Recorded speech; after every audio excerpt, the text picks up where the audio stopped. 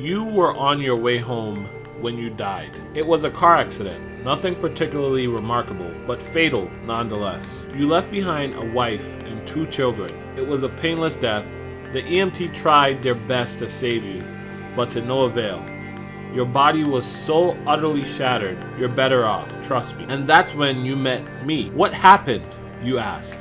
Where am I? You died, I said, matter-of-factly. No point mincing words. There was a truck and it was skidding. Yep, I said. I died? Yep, but don't feel bad about it. Everyone dies, I said. You look around. There was nothingness. Just you and me. What is this place? You asked. Is this the afterlife? More or less, I said. Are you God? You asked. Yep, I replied. I'm God. My kids, my wife, you said. What about them? Will they be alright? That's what I like to see, I said. You just died and your main concern is for your family? That's good stuff right there. You looked at me with fascination. To you, I didn't look like God. I just looked like some man, or possibly a woman. Some vague authority figure maybe, more of a grammar school teacher than the Almighty. Don't worry, I said. They'll be fine. Your kids will remember you as perfect in every way. They didn't have time to grow contempt for you. Your wife will cry on the outside, but will be secretly relieved. To be fair, your marriage was falling apart. If it's any consolation, she'll feel very guilty for feeling relieved. Oh, you said. So what happens now? Do I go to heaven or hell or something? Neither, I said. You'll be reincarnated. Ah, you said. So the Hindus were right. All religions are right in their own way, I said. Walk with me. You followed along as we strode through the void. Where are we going? Nowhere in particular, I said. It's just nice to walk while we talk. So what's the point then? You asked. When I get reborn, I'll just be a blank slate, right?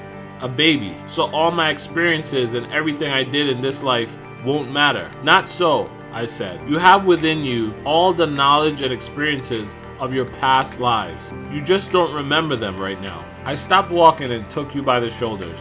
Your soul is more magnificent, beautiful, and gigantic than you can possibly imagine. A human mind can only contain a tiny fraction of what you are. It's like sticking your finger in a glass of water to see if it's hot or cold. You put a tiny part of yourself into the vessel, and when you bring it back out, you've gained all the experiences it had. You've been a human for the last 48 years, so you haven't stretched out yet and felt the rest of your immense consciousness.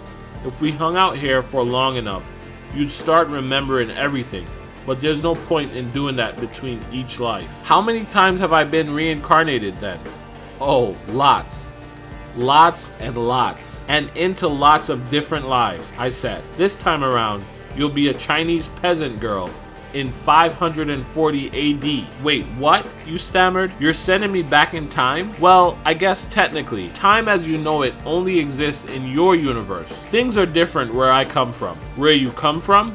You said? Oh sure, I'll explain. I come from somewhere else, and there are others like me. I know you want to know what it's like there, but honestly, you won't understand. Oh, you said, a little let down.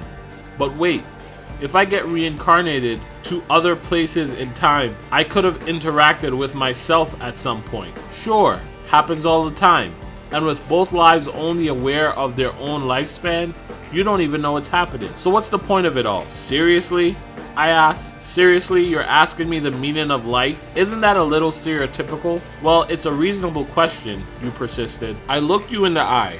The meaning of life, the reason I made this whole universe, is for you to mature. You mean mankind? You want us to mature?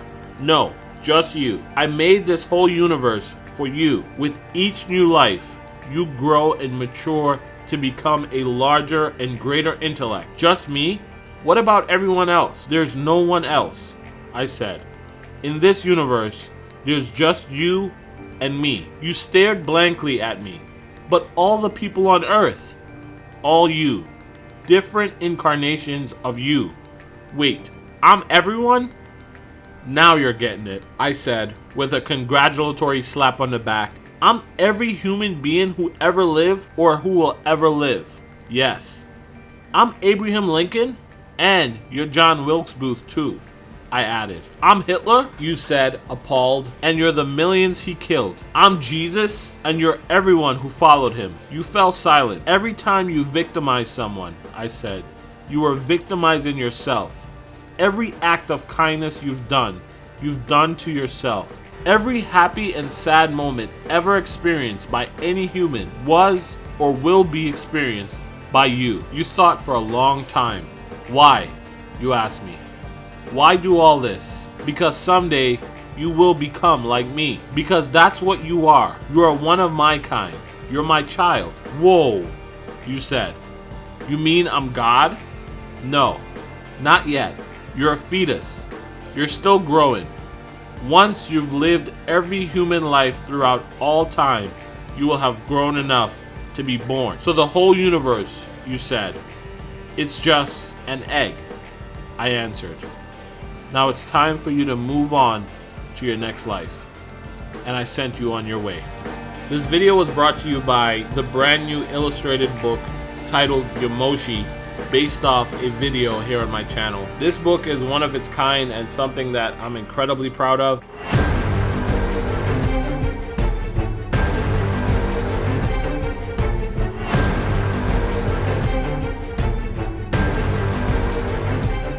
You can grab yourself a copy of the book.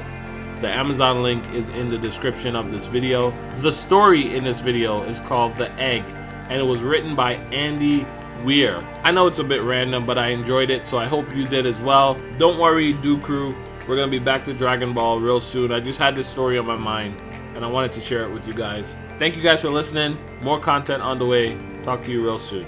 Bye.